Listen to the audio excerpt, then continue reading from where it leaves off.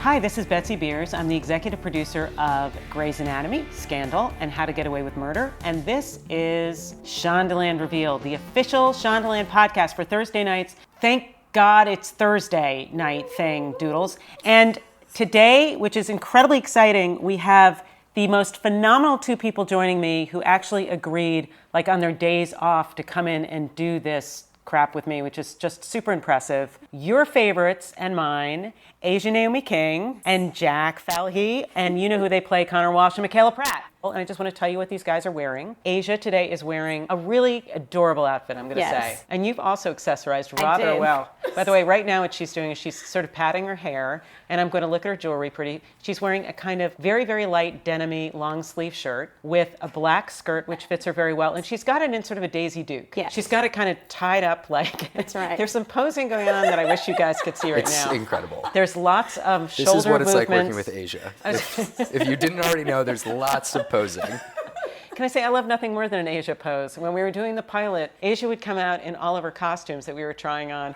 and she would pirouette out, and there would be like 45 amazing kind of like runway poses or like red carpet poses, which were genius. The clothing deserves it. It's so amazing how they dress me on this show. The clothing is incredibly good, and Jack has really brought his A game today, I would say. Be nice. Yes. I actually do like what you're wearing. Thank you. You are wearing a, I would say, somewhat ripped. It's ripped. T-shirt, and it has Calvin and Hobbes on it. Calvin and Hobbes on it, which is kind of genius. You guys, it's a black T-shirt with Calvin and Hobbes, which, you know, speaks, I think, to your inner life. I think probably. So, yeah. And a Calvin nice pair and Hobbes on the shirt are staring at the stars. They stargazing. Just like you guys. Just like as us. you try to destroy the body. So the great thing about Jack is he has dressed thematically for this podcast, which is super awesome. And he's wearing a nice pair of very nice black jeans, Jack jeans we call them. Yeah. It's a new line. Yeah. Hashtag Jack jeans, which is terrific. And some very fashionable boots. One of the things, you guys, we learned really early on about Jack is actually, in real life, one of the best dressers and has an amazing sense of fashion, as does Yes, Asia, he does. who always looks amazing. But mostly Jack. But Jack, that was one of the first things we talked about. It's not a competition. Really? Everything on How to Get Away with Murder. It's a competition. What are you talking about? The trophy for who dresses the best. Just getting to set is a competition. That's true. Now, do you know about this, the Gold Star game? I heard a little bit about this. Do you want to talk a little bit about this? There's this Gold Star game that we play on set that Asia always loses at. Actually, where I win constantly. Once the beautiful production assistants say that it's time for us to go to set to actually get down to filming, I'm already there. we all sprint. We all sprint to set, and whoever gets there first gets the Gold Star. So Now, Gold Star sometimes they Falahee mistakenly award gold stars to other people, so I help them out by taking the gold stars off of their trailer doors they actually now and have putting paper, them They have actual they have paper gold stars? on yeah. our trailers that can be removed if, say, you're late to get to set. You know, you're 5-10 minutes Or past if, your say, call you time. think you deserve it more than the person that got it. Yeah, That's interesting. Stealing That's a gold stars doesn't work. Just like stealing the trophy, as Michaela says. I'm starting to feel like life is imitating art just a tiny little bit. Little Miss Perfect here is like very worried about her not getting the stars, and you're just Casual about it. Pretty casual about it. I think it'll work out. I think it's going to work out. At the end of the season, I think I'm probably going to have a gold star on my trailer. Well, I think that's an awesome motivator, and I think for all of you guys out there, I think we could all use some more gold stars in our future. So look at a loved one, set up a thing. Give them a gold star. Get them a gold star when they do something wonderful. Yeah. Yes. Now, do you guys, because we're going to talk about the episode, podcast people, don't worry, but do you guys remember, because I remember so distinctly when I met each of you guys, which was like super, super freaking awesome. I remember coming into that like audition room, and we were so freaking relieved to see you. You have no idea. That's nice. Which was... I was terrified. Were you really scared? Yeah, what do you mean was I really scared? You didn't Of seem it. You course. seemed super I cool. was petrified. You were so funny. And then I just started rambling about car accidents. I was super excited about that. You got into it. I got we had really a into and then it. I was like, I'm not even going to audition. We're just talking about car accidents. We had a really good time. It's great. And where you'd moved to, and it was like, I remember the whole conversation. It was really interesting. Yeah, it was really interesting. No, when you opened your mouth, because what we did with Jack was we were looking for someone to play Connor Walsh, and we weren't finding what we were looking for. And Linda Lowy was going through a group of tapes that you'd been put on tape. But we saw you on tape, and we went, oh my God, we got to get him in here. So I remember you were up for another pilot, and we were super panicked. Mm-hmm. Because we thought that the other pilot was going to take you and they were in first position, and we were like super anxious. And so after you left, all I did for like an hour was call the other show. Like, what are you doing? Threaten them. Would threaten them actually Yeah, with sure. world domination or death by fire or something really destroy you. Exactly. Right. Exactly. Asia was kind of a shoo-in as well, actually. The same sort of thing where we met you and we were like, and we knew your work from a couple of fine television programmings that you'd been in very recently, because you did Black Box and you also did Emily Owen's DM. With Mamie Gummer, who we worked with on Off the Map. That's right. Full circle. The full circle. So yes. I just want to say, you guys, we were very, very lucky to find these guys because it was really hard to find the right people to play these parts. And we were really specific. And Pete Nowak, who you guys know created the show, was super specific about what he wanted. God bless him and his cotton socks. Yes. And Linda Lowy, who's our amazing casting director, was tearing her hair out at various points because we would sit in her office staring at her with, I'm making big eye faces now, with big, sad, starving children eyes, like those Keane paintings, going, where's our actors? Right. We're the people who's going to do this show. What a nerve-wracking job. Like casting during pilot season. Right. Like there's so little time and you're just like, okay, just find the perfect cast for my baby. For my baby in like 10 seconds. It's a little bit to me like buying a house in Los Angeles or anywhere, you guys, because the real estate market, any place real estate, you have to spend $1 squillion, like more money than you've ever spent in your life, and you have to make the decision Immediately. on the toilet. Right. Like literally like within seconds, because you're supposed to walk in, they're like, there are 89 people bidding on this house, and I'm like, but this is $1 squillion. and Not that many people. there are can not have that many people. Exactly. And like, how many people have $1 squillion? Well, that man wants to pay $1 squillion in cash, and that person. And you're literally thinking, I know nothing about this house. It could be infested with rats, and I'm Or still ghosts. much like the casting process. You're joining us, and you have no idea what you're getting, right? You're signing up for a large portion of your life. And I think you realize it, like you see it and you sign up and you go, I'm signing up, but that's never going to happen. Right. And then the show becomes successful, and all of a sudden, it's the reality. So how much did you guys feel like you knew about your characters when you signed on? Like the description. Talking about a leap of faith. Yeah, what do you mean?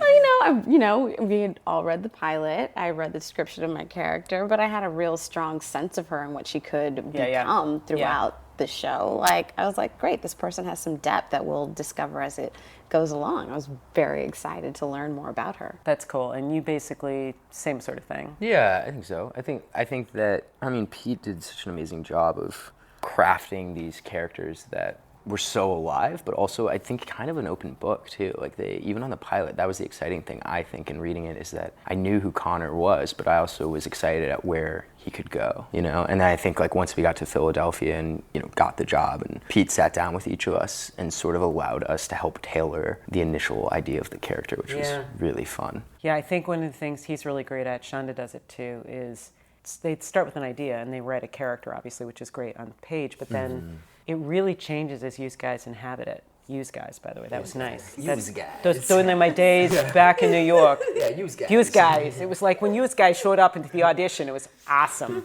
But one of the things which is really fun to watch is how the characters sort of start to change and evolve because of what you guys are bringing to it. It's nice because I don't think for the longest time anything's been set in stone here. I remember on the Scandal pilot, Darby, who plays Abby Whelan, Darby and I had a conversation where she was curious as to know what's the backstory and blah, blah, blah. And I think she asked Shonda, and Shonda said, We'll find out. Right.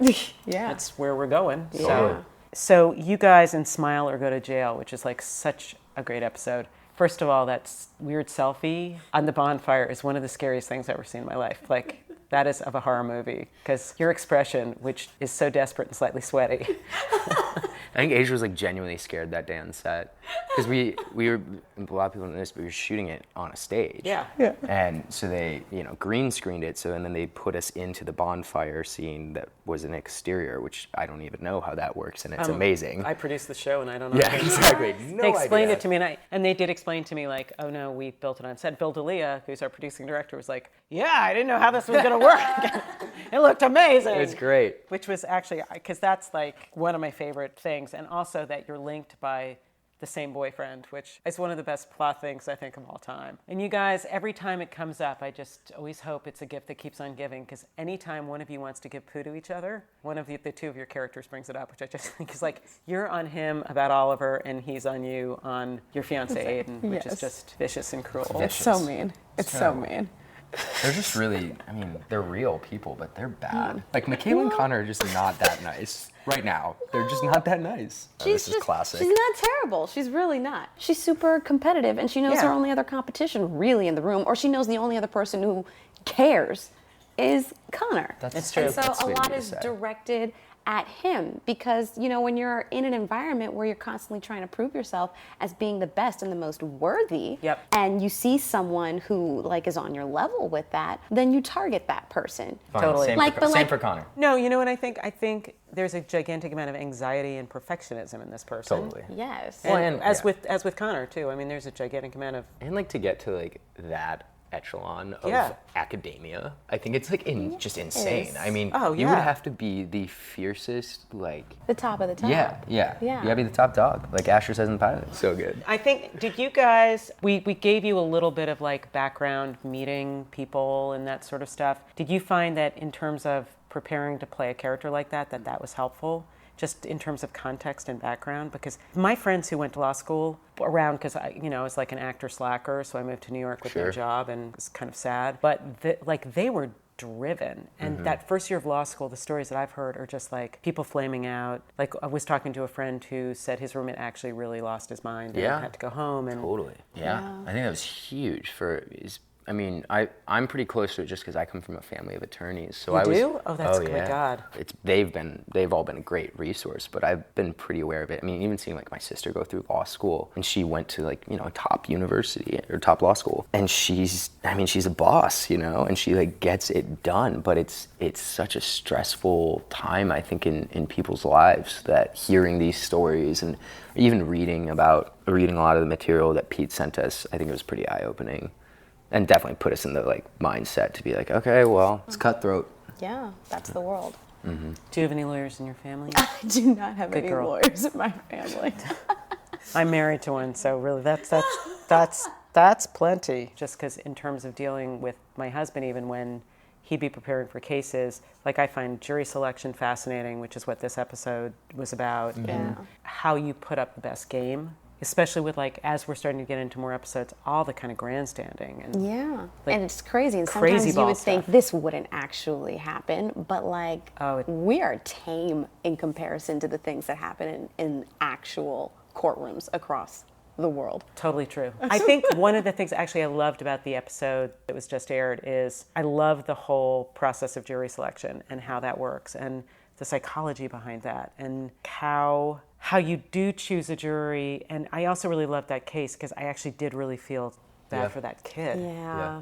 Yeah, Julian did a great job. He did a really good job. But it is, you're right. It's interesting, like just weighing the different socioeconomic factors that account for who you're going to put on your jury, and race and religion, and that is a pretty interesting process. And how sort of like straightforward you have to be about it. I'm making a lot of hand gestures, you guys, which make no sense. Lots of hand gestures. I look like I'm doing sort of like a weird kabuki thing, but I think after last night's episode, it's getting super crazy. Yeah. I mean, you guys are operating in a super crazy world, and it's getting kind of high stakes. And we can't tell you guys too much about what's coming, but it gets even more crazy balls. Well, even fast. for us just filming, like all of the things that we see on Murder Night, now, we're jumping around time so much during Murder Night that while we've been filming, we've been kind of pulling our hair out, discussing like, wait, so the scene when Frank calls Laurel, that comes after this, but then it becomes before this, and we've already shot this, but we haven't yet shot that. Yeah, it's a timeline. And it's interesting. Elfie, who plays Wes, walks around with like this timeline, like it's like the Bible. He does. It's he amazing. does. It's amazing. But it's also that is super complicated. Like it the is layering all that totally. is so complicated, and there's some very bright people upstairs who are so drawing arrows and lines and stuff. And every time I watch an episode, and you guys haven't seen what's coming yet, but it's really good. Every time I see the next episode and another little piece of the puzzle drops in, or just something becomes sort of clarified, it's pretty amazing. One of his goals was, I think Pete's goals was that by the time that you get to Murder Night, you could pretty much put the whole Murder Night together and just show it, and it would make total sense. Yeah. Which I think is kind of a cool idea. And Yeah, something we talked about, which is if you just look at those pieces. And that Annalise, she's up to some stuff. Oh, so good. Like she's got some stuff going Can on. you believe though, in that first scene when her husband put his hands around her neck. Oh, right? I was like, so now you've lost your damn mind. That was scary. I was genuinely scared watching it. With Bonnie right downstairs, too. Yeah. It's like, what direction is this about to go in? Oh, yeah. Here? And let's all just talk about Tom Verica, who's the busiest man in show business, as we all know. I mean, He's running and directing Scandal, Unbelievable. and then he's putting a little suit on, and he's being all slightly Lila nasty. Yeah. Oh, my God. And then poor Nate, who's spending a lot of time in dark cars recently. my right. God. But the amount of hours Tom Verica has spent laying in a puddle of blood It's on true. set is, I mean, I don't know, Betsy, maybe you could get like a dummy or a doll. I don't After know. the end of episode, I don't know if you guys get to the budget or anything. Maybe I should suggest that. get 'cause that, yes. He's been lying in a puddle of blood a lot, huh? So often. He's such a hero about it, though. You know, he's cracking all good these jokes, and he's like, "I'll just be down here," and then he gets in his puddle of blood. Well, we do these like super dramatic scenes around him, and he's like trying not to breathe. And We have some questions for you guys from Yeah. our Twitter fan base. Angelica at WW wants to know, how is it being part of such an amazing show? It's great. It is. No, I mean, it's such a privilege to work with such talented people day in and day out. Me. I love this guy right here. Jack He's Falahee. so good. Especially coming from like a theater background, it's really wonderful when you're with a group of artists that love running lines for scenes you're about to shoot as much as you do. You know, Oh, see, like that's great. everyone's That like is great. so dedicated to the work. And not just the actors. I mean, our crew, Yeah, that's what I was gonna like say.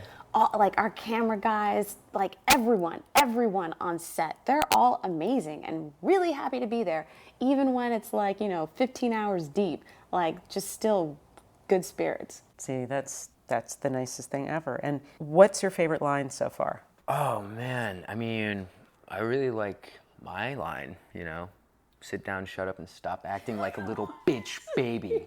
I really like that line. I think that's a hashtag in itself for the rest Yeah. of our lives. Also, spoiler, but not really, but spoiler, Asher coming up has some incredible lines. I mean, like, I think Some between like great- six, probably some of, Six is Asher's real sweet spot, yeah, too. so six, Yeah. right. Six Yeah. is. And what about you, Batman little Glory. Missy? Your lines? Oh man, it's so hard because they give me so many excellent lines. How to choose a favorite, I don't know. Oh, you know what? My favorite little speech was in the, not this past episode, but the last one talking about the trophy. And when I said that's not how the trophy works, moron. I love that too. I'm so I was Did you gonna, say I was dumbass? gonna say that, but I was also gonna say. No, it's this episode. I call Laurel a moron. That's why I Okay, had that well. on my mind. No, I just- also love when the you name say. calling. I love when you say. I am not the shitty star. This Angela has a lot of great questions and All right, a couple go- of questions. go from Angela, Angela, isn't it? which is at Malaya's Derek. What's your fave scene to film? Paulina, by the way, at Pretty Skylarks at the same time. You know, I love filming scenes during murder night. I Yeah. love finding out more and more of what happens. And those scenes, they move the plot forward, but it's so character driven, with the circumstances. The stakes are so high and it's so intimate. Like, it's really fun to shoot those. Yeah, I agree. And those scenes are usually the most physical for us, which is, I think, really fun to get up on our feet. Yeah. I mean, like Yeah. carry a body in a rug. Yeah. That sort of stuff is always very entertaining. It never ceases to make me laugh. By the way, it's terrible, but it's when guys around the corner and the body whacks against the knock- wall. yeah. It's the silliest thing ever. I must have watched That the was, pilot like 89 times in a row, obviously, and every single time Pete would look at me and go, "Do you still laugh at this?" That was Michael Offer who directed the pilot. That was his idea. He wanted a little physical comedy in there. That was so funny. Great, It works Great move. every single time. Danny Girl wants to know any on-set pranks or inside jokes you'd care to share? Well, we did talk about the Gold Star The Gold system. Star is the awesome. Gold Star, that's, Stealing stars that's from the people. long running. Lydia at Ituat wants to know, if you weren't an actor, what would you be? I think I would probably be a teacher. Yes. What would you teach? Like what age? Children? I would teach. She was thinking about Monkeys. Gorillas. teaching puppies how to dance, but now it turns out that she wants to teach children. Sign language to No, pandas. I think I would. I think I would like to teach young kids. I like kids. They're so cute. How about you, Calvin Hobbs? I don't know. I mean, I'd probably be like an explorer. I could see An that. explorer genius. I mean, Yeah. I don't know. Yeah, fishing Yeah, boat in go Alaska would be Alaska. cool. Yeah. Or maybe like in the Amazon, just, you know, bushwhacking with a machete. It'd be cool. I think that's a great answer. Thank you. I would never, ever want to be an explorer. I'm terrified of everything. So therefore, I would probably stay at home, but I think an explorer would be a great thing to want to be. Stacy at OVOXO Hobos. Nice. Describe each other in one word, please. Asia's compassionate. Oh, that was such a nice word. Nice. It does it through being a teacher. Oh. And how would you describe young Jack? I would say Jack is daring. He's got a great curiosity for life, this one. Now, there's somebody who always sends a question in, and they're always the most incredibly creative questions. Mm-hmm. And actually has been sending questions in probably since we started the podcast, and that's Bobblehead Lives. And that's at Bobblehead Lives. And today, Bobblehead Lives wants to know, you have a bucket of chalk. You can write anything on the sidewalk, and 10 million people will see it. What do you write and why? Love each other better. And I don't think you need to say why. Man, wow. I mean, thanks, I guess. Like, what am I going to say after? Love each other better? Anything I say is going to make me look like a real dingo. Love each other better. Love each other best. Love each other the best. Or like eat more chocolate. I don't know. One of the two. That's, I think, advice that everybody would probably not object to, except those who are allergic to chocolate. You're right. I forgot about you guys. I'm sorry. Eat more chocolate unless you're allergic. I love you, and I love you. Well, you guys, this has been amazing, and I so appreciate your time. Yay. And this was Jack and Asia, who joined me today from How to Get Away with Murder. So next week, I want you to join us at ABC Thursday night for a great lineup. I want you guys to know that Grey's Anatomy will not be on, but instead there will be that amazing show that I love every Halloween. It's A Great Pumpkin, Charlie Brown, and that will be on at 8 o'clock on ABC. But that will be followed by a very, I'm sure, scary episode of Scandal, and also probably a terrifying episode of How to Get Away with Murder. It'd be spooky. Not necessarily in the Halloween theme, but I think probably Halloween theme adjacent is my feeling with How to Get Away with Murder, with all that murder and darkness and spookiness and bonfires and stuff. So remember, that's going to be Charlie Brown at 8 o'clock, Scandal at 9 o'clock, and How to Get Away with Murder at 10 o'clock. And don't forget to follow us on Twitter, on Facebook, and for those of you like me out there, abc.com. I will be back next week with another podcast.